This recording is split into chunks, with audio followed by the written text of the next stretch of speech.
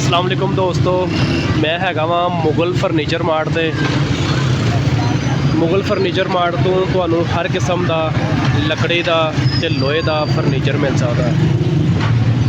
अज ज़रा तैयार हो रहे सन 4 फुट के डैक्स ते बेंच, शीट वाले डैक्स बेंच है ने, कंबाइंड सैट हैगा वे। एक बेंच अलहदा हुंदा वे, डैक्स अलहदा हुंदा वे ते पर ए जिहड़े बेंच ते डैक्स ने ना कंबाइंड होया वे, पिछे सीट भी है वे ओहदी।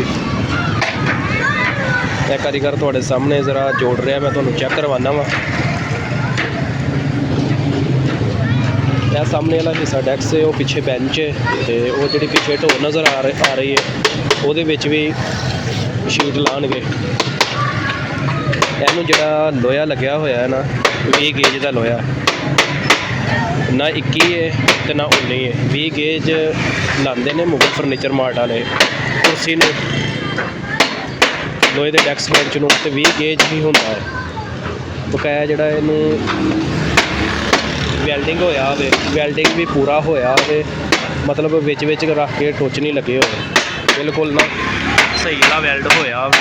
इस तरह वेखो कि मतलब जो पूरी लेयर लगती है ना, जो जो सही वाला वैल्ड होया होवे, एक इत्थे टांका ला देता, एक इत्थे करके टांका ला देता, वो काम नहीं हैगा।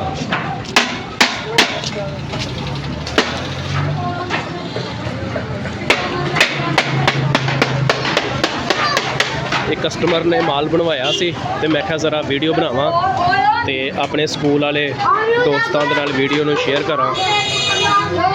मुगल फर्नीचर मार्ट वालियां दा एड्रैस हैगा जी दाता दरबार की बिल्कुल बैक साइड, अखां वाले हॉस्पिटल के बिल्कुल सामने तुसीं आना वे। नज़द हाफज चाय वाला भी हैगा वे, बलालगंज दाता दरबार की back side Mughal Furniture Mart वालियां दा एड्रैस हैगा जी। यह ज़रा तैयार होए पे ने सैट।